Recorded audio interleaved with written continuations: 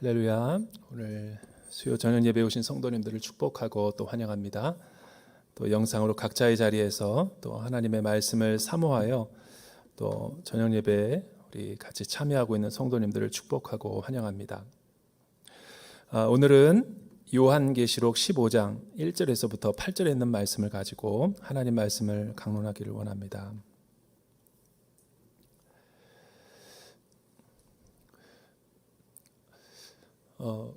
아주 오래전에 중국 선교에 가는 한 굉장히 탁월한 이 책을 쓴 이제 타임즈 중국의 기자였죠. 이 베이징에서 근무하던 데이빗 아이크만이라고 하는 사람이 굉장히 찬사를 받은 책을 한번 쓴 책이 있었는데, 베이징에 오신 예수님이라는 책을 써서 이제 한번 사서 읽어본 적이 있습니다. 그 책의 내용은 사실은 베일에 가려져 있고 주계장막이었던 그 중국에 있는 많은 그 지하교회 또 성도들의 그 고난과 또 박해 현장 가운데서 믿음을 잃어버리지 않고 그 신앙의 전통과 유산들을 잘 이렇게 이어나가고 있는 그런 굉장히 드라마틱한 감동적인 스토리고, 이 중국 고대 역사에서부터 또 어떻게 이 복음이 전래가 됐는지를 비교적 외국인의 시각이지만 그래도 자세히 설명하고 있는 것을 보게 됩니다. 거의 책 반 이상은 그 지하교회 이야기죠. 근데 그 데이빗 아이크만이 그 책을 통해서 쓴 내용 가운데 이제 중국 지하 교인들이 한 1억 명 가까이 된다 그러잖아요. 이제 그 중국이 49년도 10월 1일 날 이제 공산화된 이후에, 공산당이 중국을 통일한 이후에 중국 내지에 있는 많은 선교사님들과 또 선교사들을, 교회들을 다 추방하고 또 자산을 다 몰수하고 이제 또 형무소로 보내서 이제 목회 활동을 못하게 그렇게 박해와 또 고난을 줬죠. 그래서 그때 외국에 있었던 많은 이제 선교사들은 다 추방됐고, 이제 국내 지도자격들인 사람들, 사인방, 그 가운데서 가장 영향력이 있었던 모세 시에라고 하는 사람이 이제 30년 이상 동안, 그러니까 대부분 다 이 감옥 생활을 하는데 보통이 뭐 최소 20년도 없어요. 보통 30년, 40년 막 그렇게 감옥에서 형기를 마치고 이제 노쇠한 몸으로 이제 나오게 된 거죠. 중국이 개방화되고 그 원로 지도자들이 나왔을 때 이제 중국 지하 교회들은 더 왕성하게 힘을 얻어가지고 오늘날과 같은 최대 기독교 국가 교인들로 이렇게 성장하게 되는 거죠. 근데 그 내용에 보면 데이빗 아이크만이라고 하는 사람이 인터뷰를 하는 내용이 있습니다. 어떻게 그 오랜 그 박해 과정 가운데서, 고문 가운데서 믿음을 잃어버리지 않을 수 있었는가? 모세 시에뿐만 아니라 많은 교회 지도자들은 하나님이 나와 함께 하셨다, 그 이야기를 여러 번 반복해서 하십니다.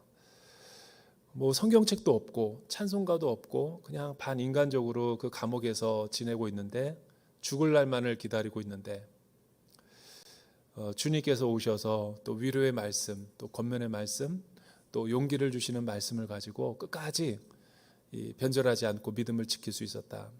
그러나 고비가 없었던 건 아니죠. 모세 시에가 이런 자전적인 고백을 합니다.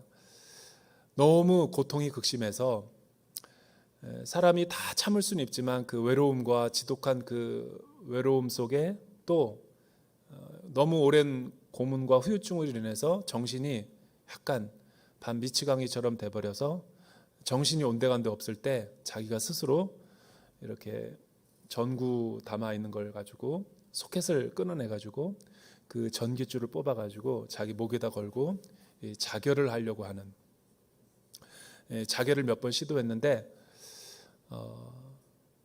그것마저 이제 실패하고 흐느끼고 있을 때 성령님이 오셔서 그런 말씀을 해주시는 거죠.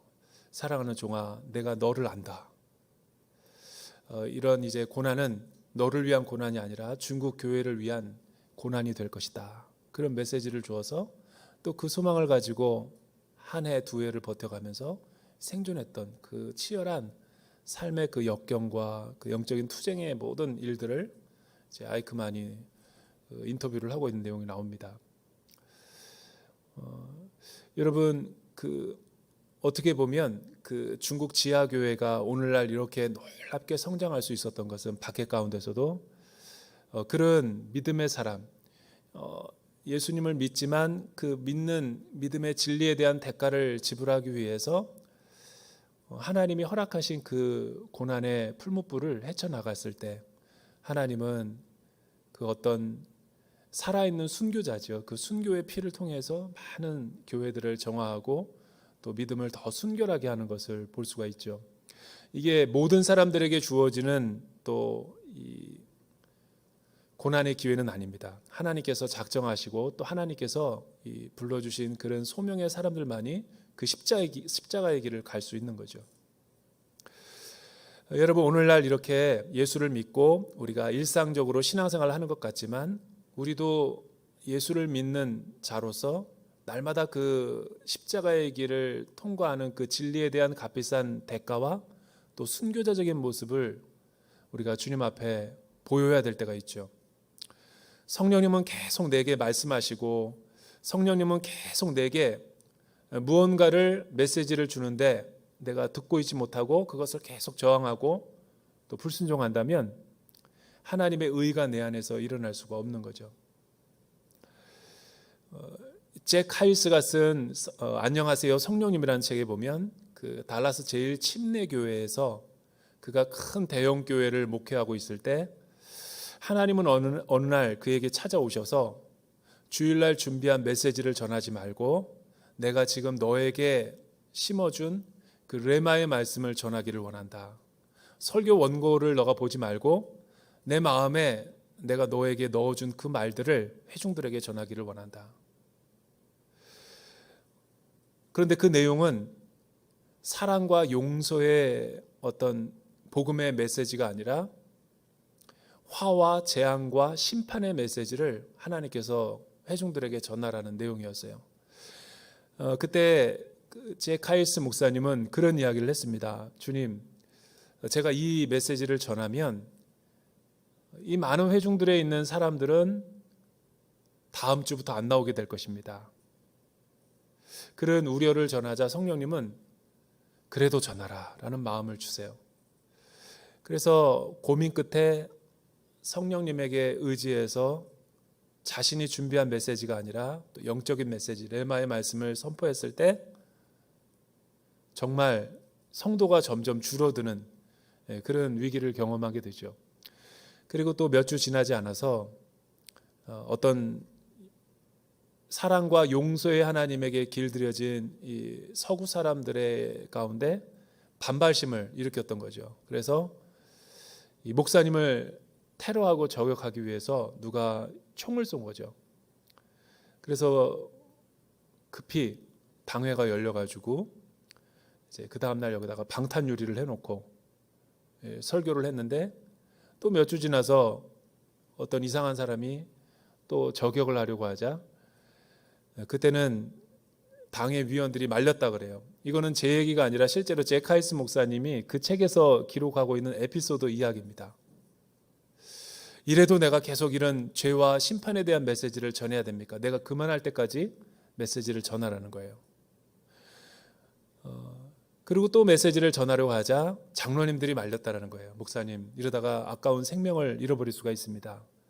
여기에 있는 사람들은 백인, 부유층들이고 중산층 이상의 다 엘리트 중심들이어서 그런 죄와 민감한 도덕적이고 윤리적인 문제에 대해서 설교를 듣고 싶어 하지 않습니다. 지금까지 늘 해왔던 것처럼 그냥 무난한 메시지로 전해주시면 좋겠습니다. 그러자 목사님은 방탄조끼를 입고 계속해서 죄에 대한 메시지를 전했다는 내용이죠. 여러분, 우리가 때로는 신앙생활 순례의 길을 걸어가면서 나의 의지나 나의 뜻이 아니라 성령님이 나에게 원하시는 그 길로 우리를 인도하실 때가 있어요. 그때 우리는 두 가지 선택지가 있죠. 하나는 주님이 이끄시는 길로 내가 순종하며 갈 것인가, 아니면 못 들은 척하고 내가 가고 싶은 나의 길, 인간적이고 나중심적인 신앙의 길을 계속해서 걸어갈 것인가. 여러분, 우리가 요한계시록 15장 오늘 말씀을 보면서 오늘 메시지는 매우 특별한 이제 삽입구의 메시지죠. 이제 21장까지의 어떤 요한계시록 전체 구도 가운데서 우리 지금까지 쭉 우리가 이제 강론해온 그 내용들을 보면 반모섬의 사도 요한에게 포로된 그에게 죽음밖에 남지 않았을 때 이제 모든 것이 다 끝나버렸고 절망뿐이다라고 자신의 모든 뜻과 의지를 내려놨을 때 성령의 위로의 메시지가 그에게 전달이 되죠. 반모섬의 그 창살로 작은 빛이 하나 비추더니 계시의 말씀이 그에게 임하게 되는 것을 볼 수가 있죠. 사도 요한아, 왜 울고 있느냐?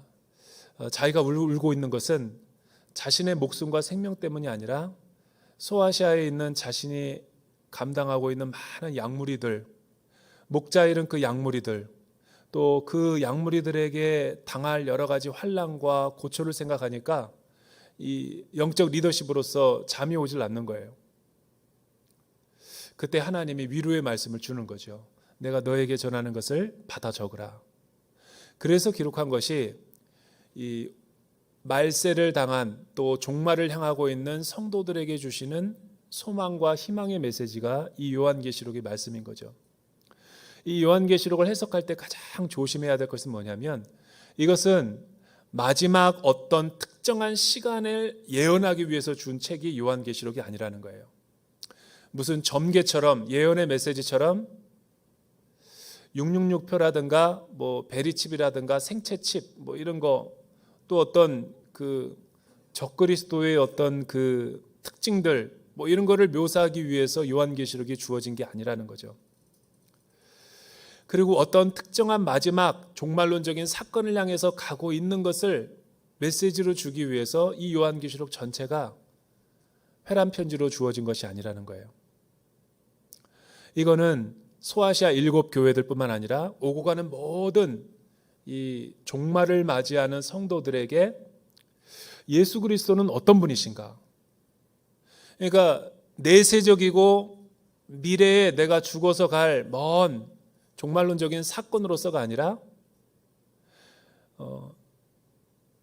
영원하신 그 하나님이 하나님의 나라를 가지고 이 땅 가운데 오신 예수 그리스도가 십자가의 성취로 새 언약을 완성하신 이후부터 이미 시작된 하나님의 나라와 또 두 번째 이 땅 가운데 선교의 시대를 다 마무리하고 장차 우리 가운데 왕으로 오셔서 모든 인류의 역사를 완성하시는 그 시기, 아직 일어나지 않은 그 사이에서 오늘을 살고 있는 그리스도인들에게 용기와 희망을 주기 위한 그런 메시지가 요한계시록이라는 거예요.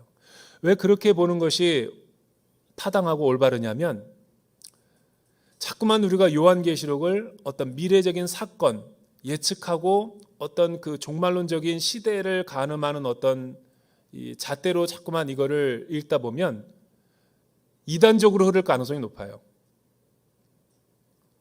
고난당하고 환난당한 오늘의 삶 가운데 나와 동행하시고 함께하여 주시는 하나님의 위로, 그 위로의 하나님이 왜 나에게 승리가 될 수 있을까요? 왜냐하면 이미 예수 그리스도께서는 십자가의 사건을 통해서 모든 우리의 연약함과 고통과 환난들을 또 정복하시고 승리를 하신 어린 양이시기 때문에 그분이야말로 우리 가운데 환난 가운데서도 우리가 의지할 수 있는 영원한 이 절대 소망이 될 수 있기 때문에 그렇다라는 거예요. 그래서 이 요한계시록의 모든 구조를 보면 여러분 그 7교회가 나오죠. 7이라는 이 상징적인 묵시문학의 숫자를 통해서 계속 논리를 전개해 나가는 것을 보게 됩니다. 7교회, 7교회라는 것은 7교회만을 위한 메시지가 아니라는 거예요. 7교회의 촛대 사이를 거니시는 어린 양 예수라는 것은 교회의 머리 되시고 주인 되시고 교회의 통치자이시며 다스리고 보호하시는 분이 우리 주 예수 그리스도라는 거죠. 소아시아 7교회가 아니라 모든 교회지만 7이라는 묵시문학의 완전 숫자를 예표적으로 보여주는 거죠. 1000이라는 숫자는 유대인들에게 아주 많다라는 숫자고 7이라는 숫자는 유대인들에게 완전한 성취를 의미하는 거죠. 그러니까 일곱 교회라는 것은 이 지구상의 역사상의 모든 교회들을 상징하는 거예요. 그리고 일곱 교회가 환난을 당할 때 하나님이 위로의 메시지와 또 경고의 메시지도 주죠. 그래서 우리가 그 소아시아 일곱 교회에게 주는 메시지를 잘 살펴봤죠. 그리고 나타나는 게 뭐냐면 계시록에 요한계시록 6장에 하나님께서 요한이 환상을 봤는데 그 네 생물 사이에서 한 천사가 와가지고 하나님으로부터 두루마리를 받았는데 울고 있었다라는 거예요. 왜 울고 있었냐면 그 인봉을 뗄 자가 없어서, 뗄 자가 없을 때, 보고 싶은데 볼 수 없을 때 역사가 어떻게 진행되는지, 어린 양 대신 다윗의 유다 지파의 사자가 그 인봉을 떼자 여러분 이 우주 가운데 있는 종말을 살아가는 모든 성도들에게 구원이 완성되어지기 시작하는 첫 단추가 열리게 된 거죠. 그리고 나서 그때부터 시작해서 일곱인의 여러 가지 1차적인 재앙의 사건들이 일어나죠. 인류사에. 그리고 중간중 가면은 일곱 나팔이라고 하는 2차적인 조금 더 강도가 센 재앙과 재난의 여러 가지 모양들이 이 세상과 우주 가운데서 일어나는 것을 볼 수가 있었죠. 그리고 마지막에 이제 일곱 나팔, 이제 마지막으로는 일곱 대접이 이제 인류의 마지막 3차 재앙이 남아 있었는데 이 3차 재앙이 시작되는 시기가 언제냐면 16장이죠.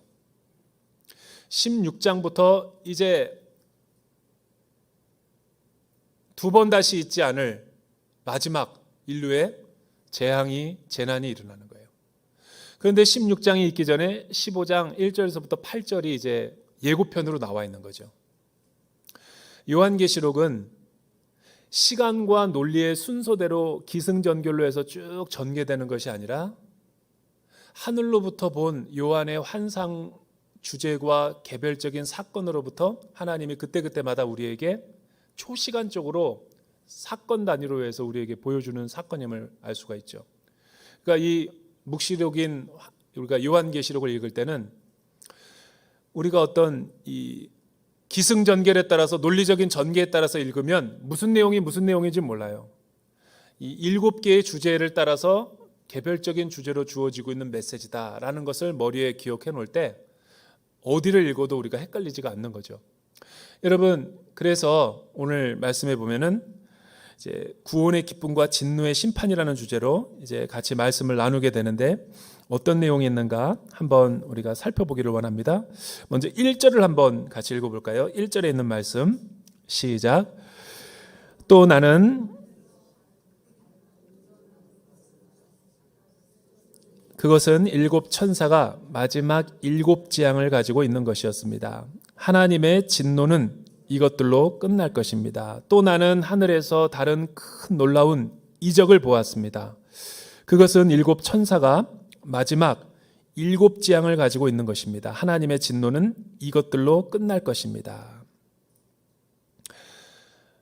우리가 성경을 읽다가 또 신앙생활 하다가 가장 이해가 안 되는 것이 어떻게 사랑의 하나님, 또 자비와 인애의 하나님, 은혜가 많으시고 노하기를 더디하시는 그 하나님이 오늘 말씀처럼 무섭게 맹렬하게 진노하시고 심판하시고 또 공의를 베푸시는 하나님인가? 우리가 하나님의 성품을 이렇게 곡해하고 또 하나님의 성품을 이렇게 서로 상충하는 장면이 나올 때 우리는 혼란스러워지죠. 그리고 성경 읽기를 포기한다든가 아니면 성경을 자의적으로 해석하든지 내 마음대로 해석하기가 쉬워져요. 대부분 여러분 무신론자들이나 기독교를 공격하는 사람들이 하나님을 믿지 못하고 신을 믿지 못하겠다는 대표적인 이유가 뭐냐면 하나님이 존재하신다면 신이 이 땅 가운데 있다면 왜 이 세상에서는 불의한 자가 선한 사람들을 괴롭히고 악과 고통이 이 세상에 공존하고 전능하신 하나님이 계시다면 전지하신 하나님이 계시다면 왜 악이 이렇게 횡행하고 불합리한 일들이 우리 가운데 많이 일어나는가? 이런 반론을 제기하는 사람들이 많이 있죠. 그것은 자기 중심적으로 믿고 싶은 하나님의 성품만 믿고 또 성경에 나타난 그 하나님의 성품을 입체적으로 보지 못하고 믿고 싶지 않기에 그렇게 성경이 서로 상충하고 충돌하는 것을 볼 수가 있는 거죠. 여러분, 인간은 시간과 공간에 제약을 받고 있는 피조물이면 동시에 유한한 존재죠. 그러나 하나님은 사람의 성정과 같지 아니하고 우리를 창조하셨긴 하지만 하나님은 이 세상에 속한 시공간의 존재가 아니라 초월적이고 타자적인 존재죠. 영원하신 하나님이신 거죠. 그런데 영원하신 하나님을 우리 유한한 인간이 시간과 공간 속에서 나의 개념으로 나의 주관적인 판단으로 하나님의 성품을 판단하고 또 잘못됐다 이야기하는 것은 피조물이 창조주와 조물주에게 해야 될 그런 모습은 아닌 거예요. 여러분, 하나님의 성품을 우리가 이해할 때 가장 조심해야 될 게 뭐냐면 하나님의 성품은 어떤 여러 가지 성품이 있다 할지라도 그것은 유기적이고 전체적이지 부분적이거나 파편적이지가 않다라는 거예요. 예를 들면 우리는 인간이 인간을 생각할 때 그런 존재를 상상할 수가 없습니다. 우리 이성으로 판단하기에는 한 사람이 사랑이 많고 정의롭고 그러나 공의롭고 인내가 많고 노하기를 더디하고 그러나 용서하기를 잘하는 사람, 이런 이야기를 들었을 때 우리는 서로가 앞뒤가 안 맞아가지고 정확하게 개념을 얻기가 쉽지 않죠. 그러나 하나님은 어떤 분이시냐면 성경에 나오는 그 하나님의 성품은 거룩하시고 선하시고 지혜로우시고 전능하시고 전지하시고 사랑이 많으시고 긍휼과 인애가 많으실 뿐만 아니라 공의로우시고 죄를 미워하시고 심판하시는 진노의 하나님이다라고 이야기를 하죠. 그게 서로 다이아몬드의 빛처럼 하나도 조화가 부조화되지 않고 자연스럽고 수용되어지는 전체적인 성품이라는 거예요. 그런데 우리가 입장에서 볼 때는 그 하나님이 쉽게 이해가 되지 않는 거죠. 그렇다고 해서 우리가 하나님을 내 기준과 내 판단대로 하나님은 이거는 잘못된 분이야 라고 이야기하면 큰 오산이죠. 또 여러분, 그 불신자들과 또 무신론자들, 회의론자들이 하나님의 성품을 의심할 때 왜 하나님은 사랑의 하나님이면서 심판하시는 공의의 하나님이신가 라고 했을 때 그들은 언약이라는 특별한 관점을 이해하지 못하고 자신의 주관적인 감정과 의지로 성경을 해석하기 때문에 그런 거죠. 성경의 하나님은 66국 전체가 하나님은 언약을 맺으시고 언약 가운데 지키시고 그 언약을 신실하게 성취해 가시는 하나님이시다.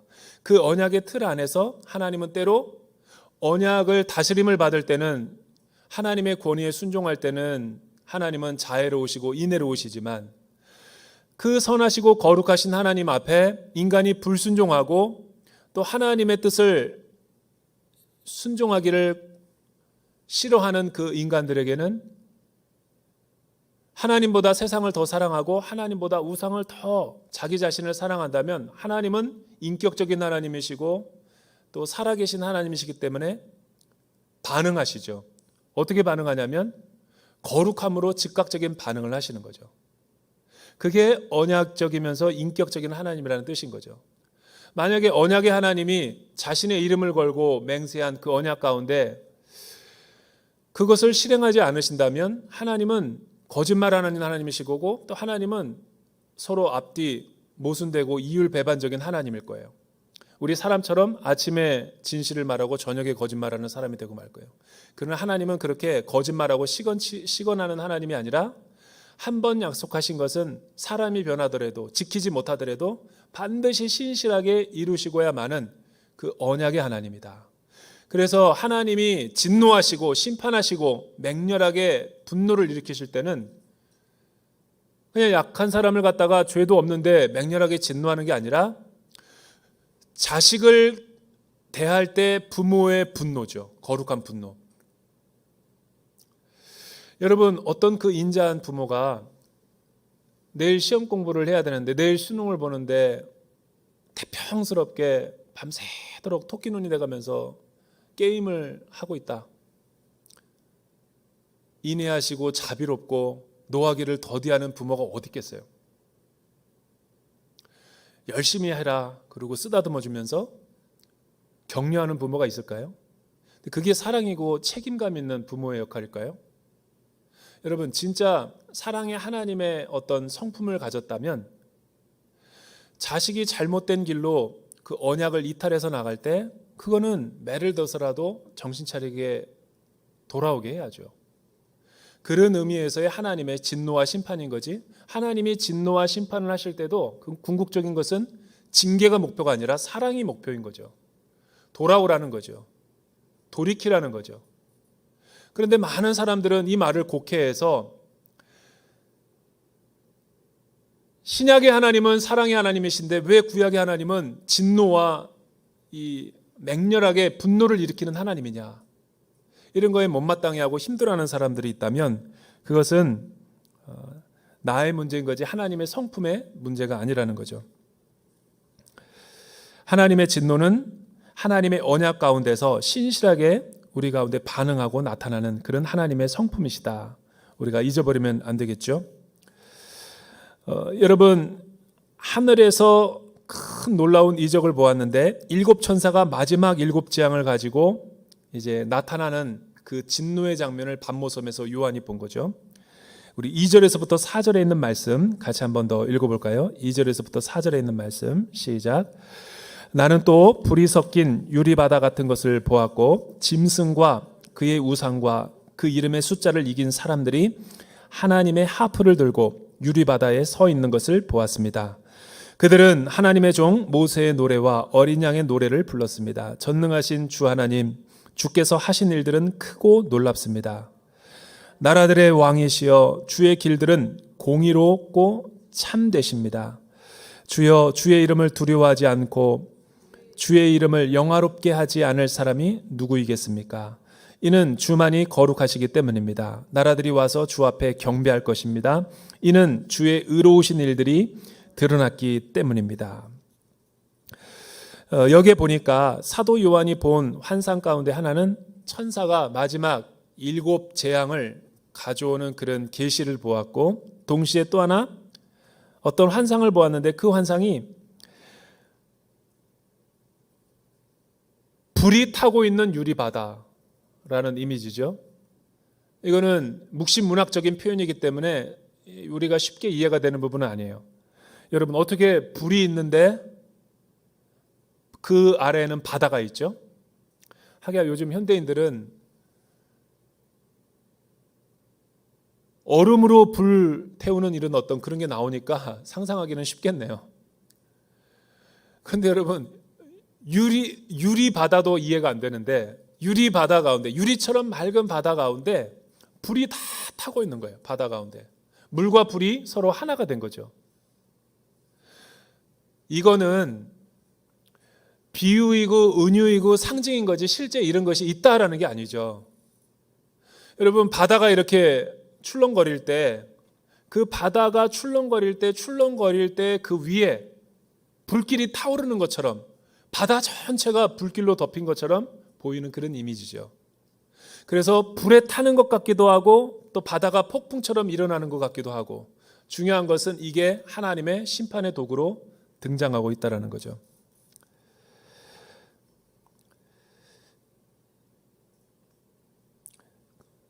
그리고 유리 바다 가운데 이 거대한 무리들이 그 앞에 서 있다라는 거예요. 그리고 그 3절과 4절에 보니까 하나님의 종 모세가 또 등장해요. 그러니까 이 모세가 갑자기 튀어나오니까 우리가 혼란스럽고 맥락이 맞지 않는데, 여러분, 출애굽기 6장서부터 이 16장까지의 모든 이 요한계시록의 구조는 이 이스라엘 백성들이 홍해를 건너는 그 출애굽하는 과정을 모티브로 해가지고 사도 요한이 예수 그리스도 어린 양을 통해서 우리에게 구원을 주시고 참된 승리를 주시는 하나님의 완전한 그 구원의 모습을 새로운 출애굽기를 우리 가운데 보여주고 있는 거죠. 그러니까 새로운 모세인 예수 그리스도가 이끄는 거대한 그 구원의 집단의 무리가 유대인과 이방인들의 큰 하나님의 성회와 교회를 이루고 그 유리바다 한가운데 가운데 서 있다라는 거죠. 이런 이미지를 우리가 연상하려면 출애굽기 14장과 15장으로 가야 돼요. 여러분, 출애굽기 14장과 15장에 가면은 마지막 10가지 재앙을 통해서 바로와 그 애굽의 술사들에게 명령하죠. 애굽의 첫 번째 난 모든 것을 하나님이 징계하게 되면 너희는 우리로 하여금 광야에서 예배하는 백성으로 우리를 놓아줘야 하리라. 바로가 놓아줄 듯 놓아주지 않을 듯 하면서 끝까지 마음을 힘들게 하니까 하나님은 마침내 이 진노의 잔을 애굽의 초태생의 모든 것에다가 진노의 잔을 쏟아 부어버리죠. 여러분, 초태생과 장자가 죽었다는 것은 애굽 전체가 장례식이 됐다는 거예요. 굉장한 상징적인 메시지가 있는 거죠. 그렇게 하나님이 맹렬하게 진노했다는 거예요. 그리고 나서 여러분, 바로와 말과 병거를 이끌고 수많은 군대들이 출애굽한 이스라엘 백성을 뒤쫓기 위해서 계속해서 추적하죠. 그런데 200만 홍해를 건너려고 하는 이스라엘 백성들의 코앞에 닥친 문제가 뭐였어요? 그 앞에 바다가 놓였다는 거예요. 전혀 예상하지 못했던 난관이었죠. 그 바다 앞에 선 이스라엘 백성들은 두렵고 떨고 있을 때 하나님이 모세의 지팡이를 들어서 하늘을 향해서 그 바다를 치라 명령하셨죠. 그때 동풍이 불어와서 여러분, 그 홍해의 바다가, 홍해라는 것은 레드시죠. 벌건 불빛, 이렇게 붉은 빛이 띄는 바다다 그래서 홍해인 거예요. 그 홍해가 동쪽 뜨거운 바람이 일어나니까 갑자기 양쪽에 벽을 만들고 바다에 감추었던 길이 드러났죠. 바다에 감추었던 그 길이 뭔가요?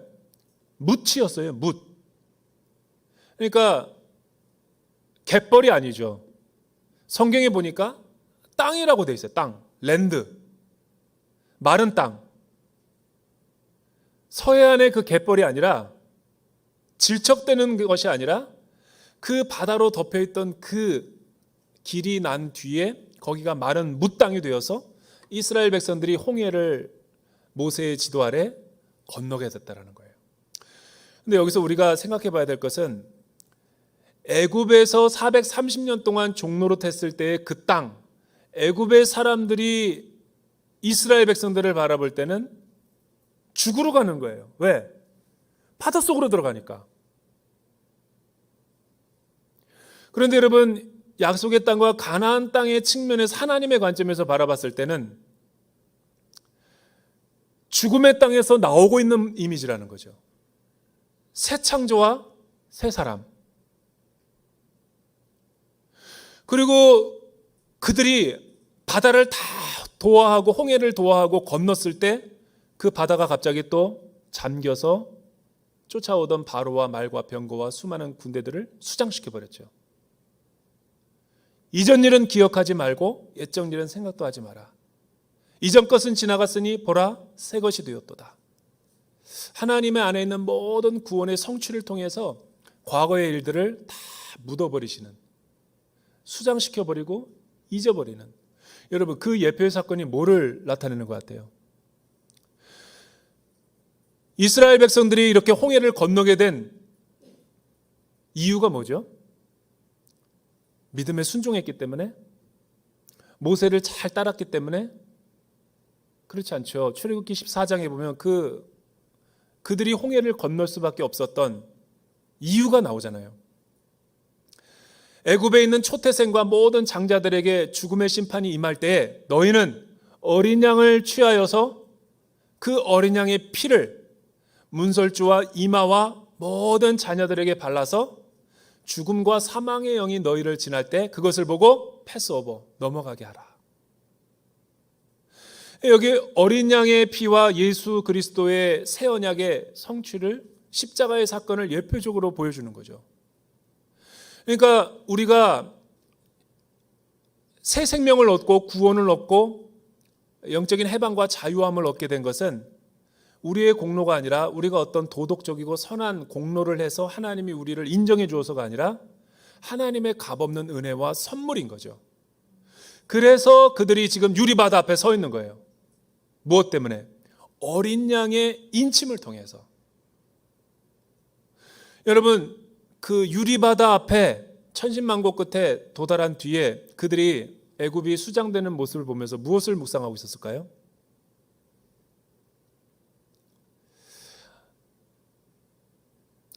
이 출애굽 기자는 15장에서 너무 그 구원의 감격과 기쁨이 커서 모세와 미리암과 수많은 백성들이 그 구원의 하나님을 송축하고 경배하고 찬양했다라고 이야기해요. 그게 3절과 4절에 나오는 출애굽의 노래를 요한의 반모섬의 기자가 오늘 이 말씀을 다시 한번 구원의 노래로 선포하고 있는 거죠. 왜? 여러분 3절과 4절을 보십시오. 그들은 하나님의 종 모세의 노래와 어린 양의 노래를 불렀습니다. 똑같아요. 출애굽의 노래와. 전능하신 주 하나님, 주께서 하신 일은 크고 놀랍습니다. 나라들의 왕이시여, 주의 길들은 공의롭고 참되십니다. 주여, 주의 이름을 두려워하지 않고 주의 이름을 영화롭게 하지 않을 사람이 누구겠습니까? 이는 주만이 거룩하시기 때문입니다. 나라들이 와서 주 앞에 경배할 것입니다. 이는 주의 의로우신 일들이 드러났기 때문입니다. 여러분, 평생토록 우리가 하나님 앞에서 해야 될 이 믿음의 싸움이 뭐냐면, 믿음의 결심이 뭐냐면, 이 십자가에서 내 옛사람을 자꾸만 수장시키고 부활의 능력으로 나를 일으켜 주신 그 새 사람의 모습, 그 부활의 새 창조에 의해서 만들어진 그 속사람의 능력으로 내가 이 종말론적인 시대를 살아가는 거죠. 여러분, 한 번 죽는 것은 쉽지만 매일 죽는 것은 그렇게 쉽지가 않습니다. 우리에게 맞닥뜨려지는 수많은 유혹과 환난과 시험들, 특별히 여러분, 이 교회도 만만치 않죠. 아직 이미 시작된 교회의 어떤 순례의 길이지만 아직 다 도달하지 못했고 완성하지 못한 미완성의 완성이기 때문에 우리도 이 구도자로서 순례자로서 살아갈 때 신앙생활을 아무리 오래 했다 할지라도 완성되어 있잖아요. 순간 딴 생각하고 순간 딴 마음 먹어버리면 또 옛날로 다시 돌아가 버려요. 남서울교회 그 화중부 목사님이 이런 설교 메시지를 하는 걸 들어봤습니다. 자기는 평생 제자 훈련에 욱하는 목사님의 제자로 평생 40년 동안 제자 훈련만 해온 사람이래요. 평생 광인론에 미쳐가지고 제자 훈련을 통해서 많은 하나님의 사람들을 훈련내는 그 훈련 장교 출신이래요. 나이가 드니까 이런 생각이 들더래요. 한 40년 정도 그래도 제자 훈련을 받았기 때문에 나는 이제 좀 뭔가 다 성화되지 않았을까. 40년 동안 제자 훈련을 하고 40년 동안 주만 바라고 살았는데도 아직도 내 모습을 보니까 너무 불완전하다는 거예요. 결론은 뭐냐면 매 순간마다 주님 의지하지 않고 자아를 죽이지 않고 주님을 신뢰하지 않으면 여러분, 이 영적인 싸움은 내 힘과 내 능력으로 승리할 수 없다는 거예요. 오늘날 많은 이 말세의 지말에 살아가는 성도들과 교회들 가운데 왜 이 치열한 영적인 싸움과 접전에서 패할 수밖에 없을까요?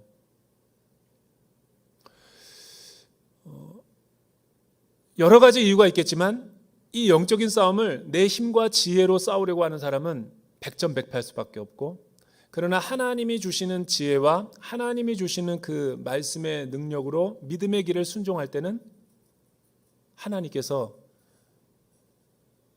나를 의의 길로 인도하여 주셔서 승리케 하시는 것을 볼 수가 있다는 거죠. 그래서 우리는 이 믿음의 도상 위에서 항상 우리가 하나님 앞에 나올 때 예배하고 찬양하고 경배해야 할 노래의 제목은 뭐냐면, 나는 아무것도 아닙니다. 하나님께서 하셨습니다. 하나님의 주권을 높이고 하나님의 이름을 경배하는 것뿐인 거예요. 그래서 유리바다에 선 사람들은 바로 그것을 하나님 앞에 경배하고 찬양을 드리는 거죠. 여러분, 출애굽 성도들의 구원이나 예수 십자가를 믿고 구원을 받은 저와 여러분들과 같은 신약의 성도들이 그 구원의 능력과 힘이 어디서 오는 거겠어요? 절대 여러분, 나에게서 그 영적인 승리가 주어지지 않는다라는 거예요. 그런 사람은 그 생각을 갖는 순간 무너질 수밖에 없어요.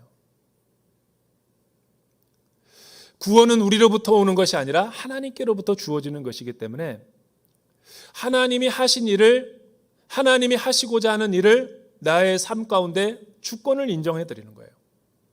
그리고 내가 거기에 진리의 편이 되는 거죠. 자꾸만 하나님을 나의 편이 되라고 끌어들이는 게 아니라 내가 나를 부인하고 자아를 못 받고 이 세상으로 치우치려는 모든 경향성을 십자가에 못 받고 자꾸만 이 진리로 돌이키는 그런 자기 부인의 훈련이 필요하다는 거예요. 그게 유리바다에 선 성도들의 특징의 모습이었어요. 그것을 어떻게 할 수 있냐면 2절에 보니까 그들의 특징이 3가지가 나와요. 유리바다 같은 것을 보았는데 거기에 서 있는 사람들은 첫째, 짐승과 그의 우상과 그 이름의 숫자를 이긴 사람들이었더라. 여기서 짐승이 뭐예요? 짐승이 뭐예요? 요한계시록에서 사단적이고 마귀적인 세력이죠. 하나님을 대적하는 적그리스도적인 이 세력들. 또 하나는 우상들, 그의 졸개들이지만 돈과 쾌락과 권력을 이용해 가지고 변장을 시켜서 수많은 성도들을 미혹하고 현혹시키는 세력들인 거죠. 이건 쉽지가 않습니다. 오늘날 현대인들에게 더 위험한 세력이죠. 더 분별하기 쉽지 않은 세력인 거예요. 정말 영적으로 깨어있지 않으면 여러분 물질에 약하지 않은 사람이 어디 있어요? 여러분 쾌락에 약하지 않은 사람이 어디 있겠어요? 여러분 권력의 맛을 한번 취하게 되면 놓을 수가 없죠. 이 남자들이 조심해야 될 부분들인 거죠. 이 만만치 않은 세력을 싸워서 승리한 사람들이 유리바다에 서 있는 거예요. 그리고 마지막으로는 그 이름의 숫자를 이긴 사람들.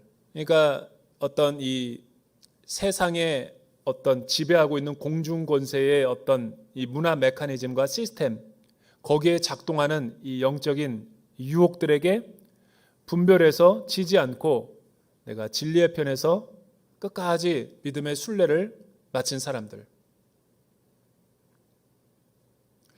그럼 오늘날 우리 시대 가운데 요한계시록을 읽는 맥락에서 이들은 누구를 말하는 걸까요? 내가 한번 묵상을 해봤어요. 우리 대전 온누리교회 지금 이단과 싸우면서 지금 요한계시록을 시작한 지가 1년이 넘었는데 구체적으로 뭘 말할까요? 여러분, 이단에 빠지는 것은, 이단에 미혹되고 이단에 넘어질 수 있는 것은 자유겠지만 그 1차적인 책임은 본인에 있는 거예요. 그거는 누구도 부인할 수 없어요. 익스큐즈가 안 되는 거죠. 다 이해는 되지만 책임은 본인이 지는 거예요.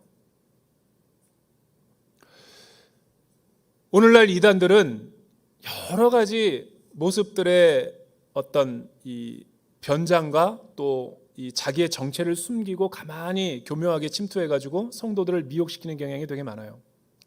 그런데 이단 여러 가지 그 사설들과 이단과 관련된 모든 이 전문가들의 서적을 읽어보면 크게 4가지로 거의 똑같은 방법론을 씁니다.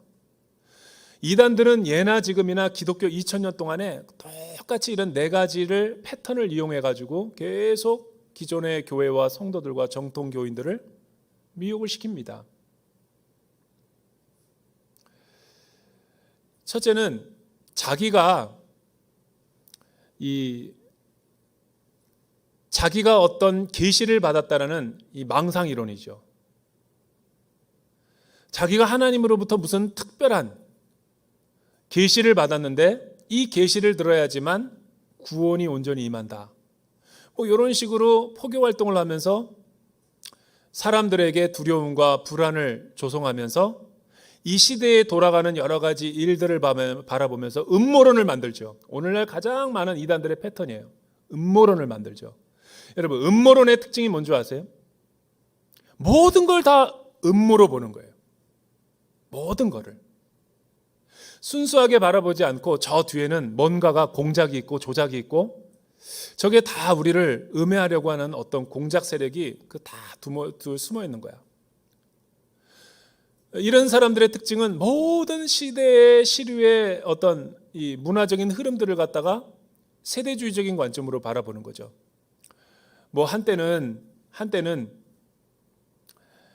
뭐 이유가 적그리스도다. 또 옛날에는 뭐 가톨릭이 적그리스도다. 이건 뭐 유명한 사람들 공공연하게 아주 설교문에도 나와 있으니까 이거는 뭐 이런 식으로 막 공포를 해요. WCC가 적그리스도의 모습이다. 뭐 세계 종교 협의회가 뭐 있긴 하지만 그들이 뭐 적그리스도인지는 아닌지는 잘 모르겠지만 일단 이단들이 주장하는 거는 다 그렇게 음모론을 꾸민다는 거예요. 미국 달러에 있는 피라미드와 뭐 그런 거가 다 여러분 루미나투스 그런 게 다 이단들이라는 거죠. 그리고 뭐 베리칩도 여러 가지가 다 음모론이고 백신도도 그렇고 모든 걸 다 이렇게 음모론으로 꾸미고 뭐 여러 가지가 다 이렇게 돌아가게 되고 이런 사람들의 특징이 뭐냐면 시대마다 바뀌어요. 그리고 그 예언이 틀리면 없었던 걸로 하고 그래서 많은 교회와 성도들을 혼란을 부추기는 게 많아요. 이거 되게 조심해야 되죠. 왜? 여러분 우리가 요한계시록에 살펴보았지만 666이라는 숫자는 이 네로 황제의 히브리어 음표를 갖다가 숫자로 매긴 값이라는 것을 확인했죠. 그게 그 당시에 공공연한 어떤 그 문학적인 하나의 상징이었고 표현이었다. 이런 거를 정확하게 예표를 하고 성경을 읽지 않으면 계속 음모론으로 가는 거예요. 믿건 믿지 않건 간에 그거는 여러분들의 자유겠지만 믿고 나서 시간 낭비하고 돈과 마음과 영혼 다 뺏기는 것은 아무도 책임을 안 집니다. 그건 본인이 책임져야 되는 거예요. 그런데 들어가지 말아라. 그런 유튜브 보지 말아라. 잘못된 이 종말론이다라고 이야기를 해줘도 저를 야단쳐요.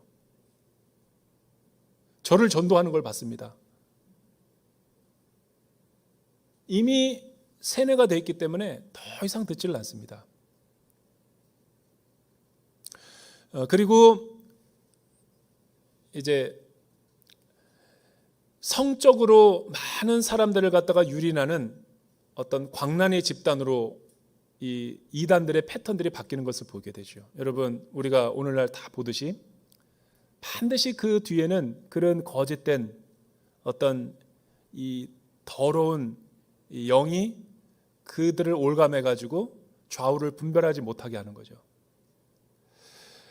여러분 그리고 또 세 번째는 계속 시한부 종말론으로 사람들을 갖다가 현혹하고 미혹하는 거죠.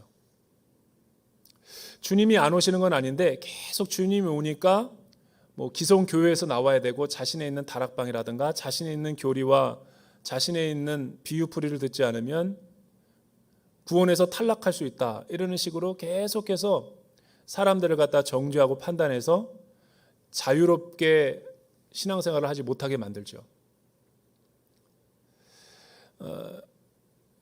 그리고 뭐 자기가 메시아라고 일컫는 그런 거짓된 패턴들이 뭐 네 가지가 인류 역사상 공통적으로 하여튼 계속 반복되는 루틴이에요.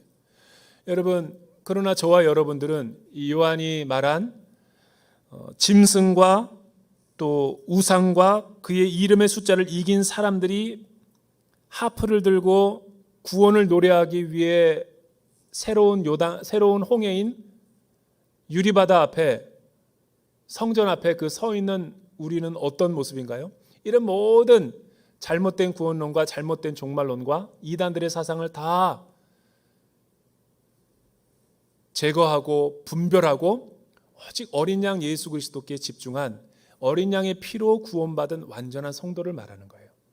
여러분 예수를 믿게 되면 우리 안에 있는 지금 요한계시록에서 일어나고 있는 많은 여러 가지 시험과 교회에 대한 환난을 하나님께서 우리를 보호하시고 지켜주시고 견인한다라는 이 구속적인 성취가 이 안에 담겨져 있는 거예요. 그래서 이 요한계시록을 읽고 해석할 때 가장 조심해야 될 게 뭐냐면 이런 성도들을 봤어요. 목사님, 제가 구원에서 탈락하면 어떡합니까? 이렇게 무시무시한 성경에 있는 말씀이 있는데 그래서 요한계시록은 읽기 싫어요.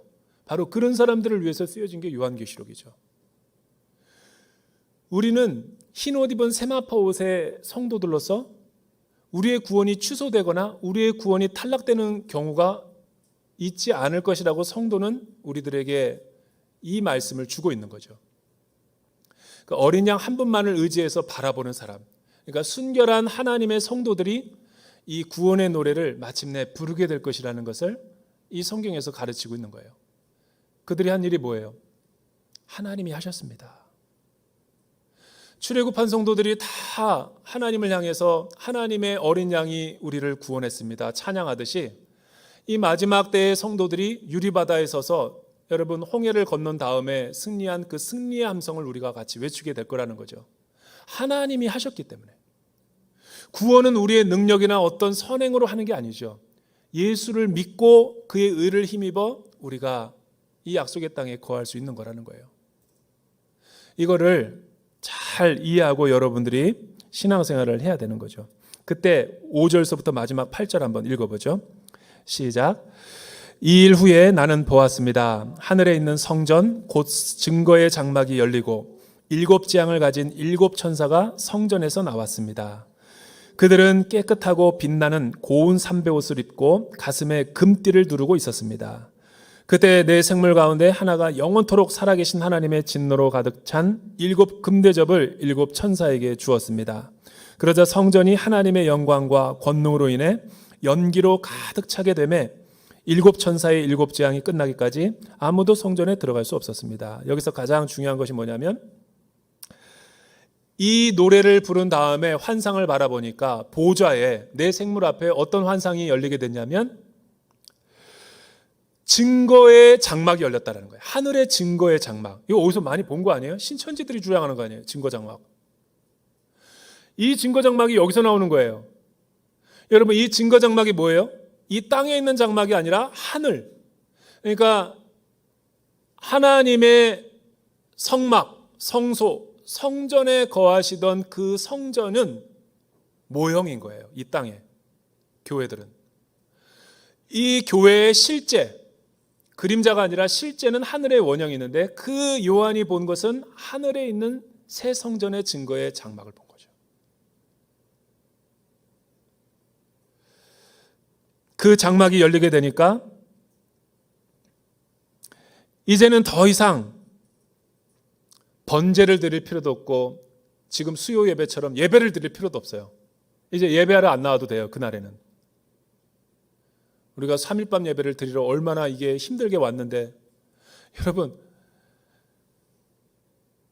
이 지상과 하늘의 증거 장막의 결정적인 차이는 뭐냐면 이 장막에서는 계속 죄를 지으면 똑같이 희생 제물을 가지고 제사장에게 데려가서 안수를 하고 나의 죄를 도말하기 위해서 죄의 전가와 의의 전가 뭐 이런 계속 루틴한 이 번제 제사를 반복해서 드려야만 됐죠. 그러나 예수 그리스도 어린 양의 죽으심으로 인해서 완전한 이 새 언약이 성취되고 하늘문이 열리는 그 순간에는 유리바다 앞에 서서 이제 보좌 앞에 나아가기 직전에는 구원의 노래를 부를 수는 있지만 더 이상 그때는 믿는 사람들, 구원받은 성도들은 예배하거나 찬양할 필요가 없다는 거예요. 왜냐하면 아무도 재앙이 끝나기 전까지는 이제 그 성전에 들어갈 사람이 허락되지 않았기 때문에. 왜 성전에 들어갈 구원받은 성도들이 성전에 들어가지 못하도록 금지 명령이 내렸을까요? 마지막 인류의 중요한 절차가 남아있기 때문에 그런 거예요. 세 번째 큰 대재앙인 7 대접을 가진 천사들이 진노의 잔을 쏟아부어야 되기 때문에. 그 진노를 받는 대상은 누구입니까? 예수 어린 양을 믿는 성도들이 아니라는 거예요. 아무리 복음을 전도해도 예수를 믿지 않는 사람들, 우상을 행하던 사람들, 짐승의 수를 받았던 사람들, 그리고 거짓된 짐승을 찬양하고 예찬한 사람들. 여러분, 지금은 왜 은혜의 때요, 왜 선교의 때라고 그러죠? 지금은 왜 우리가 자유롭게 예배하고 자유롭게 하나님 앞에 또 회개도 하고 기도도 하고 예배도 하고 마음껏 신앙생활을 할 수 있는 기회가 주어지는 거죠? 지금은 추수의 때요, 은혜의 때요, 선교의 때니까 그런 거예요. 그러나 16장에 가면은 마지막 7 대접에게 7 천사에게 주어지는 그 순간에는 하늘 장막이 닫히는 시간이 와요. 그 시간에는 더 이상 그 어떤 복음 전도 활동을 할 수 없는 거죠. 그때는 이제 바벨론의 도성도 완전히 진멸하는 무서운 진노의 심판인 거죠. 여러분, 이 진노의 심판을 쏟는 하나님이 불의하신 하나님일까? 이 7 대접을 쏟는 하나님이 정말 매정하고 사랑이 없는 무자비한 하나님이실까? 결코 그렇지 않은 거죠.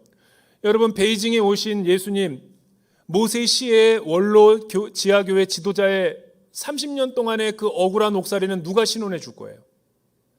너무나 그 고문이 끔찍해가지고 소켓을 끊어내고 유리로 목을 긋고 전깃줄로 자기의 목을 여러 번 예수를 믿는 지도자가 자살하게 해달라고 하나님 앞에 기도하고 자살했는데도 실패했을 때 그 억울함과 신원은 누가 풀어주는 거죠? 여러분, 우리가 신앙생활 하다 보면 원튼 원치 않든 크고 작은 박해와 환난을 경험할 때가 있어요. 저도 있고 여러분도 있어요. 내가 잘못하지도 않았는데 정말 억울하게 당하는 일들이 너무 많아요. 예수 믿는 것 때문에 가족으로부터, 친지로부터, 박해로부터, 남편으로부터, 자녀로부터 괄시와 무시를 받는 사람들이 되게 많아요. 그 억울함과 고통과 눈물의 슬픔을 누가 신원해 주죠? 하나님은 그것을 7 천사의 금대접에다가 다 담고 있었다는 거예요. 세마포 옷을 입은 천사가 금띠를 두르고 마지막 하나님께서 그 진노의 잔을 쏟을 때 그 한 손에는 성도 여러분들의 눈물과 기도를 드렸던 모든 것을 사랑하는 종아, 내가 너를 안다. 너가 지금 환난과 박해를 받는 것은 이 중국에 있는 지하 성도들을 위해서다.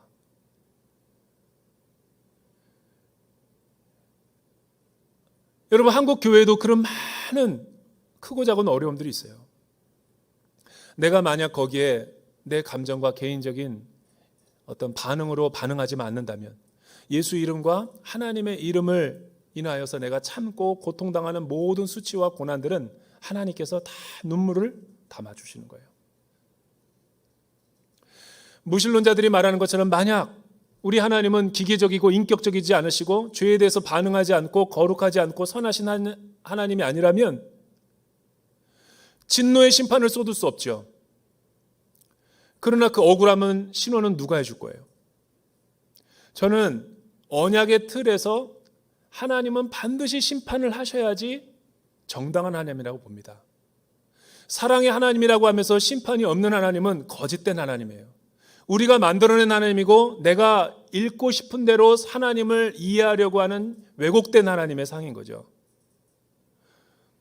어제 뉴스에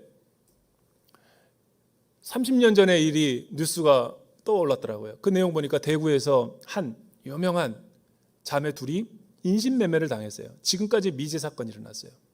근데 대부분의 사람들은 인신매매범에 끌려가서 어딘가에 살아있을 것이다, 그렇게 추정하지만 미제 사건으로.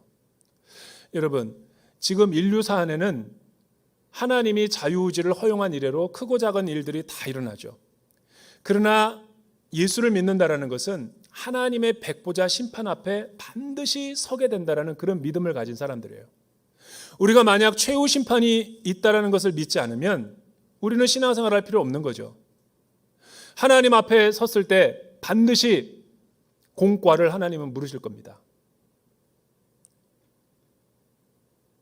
그리고 선악간에 형벌을 주실 거예요.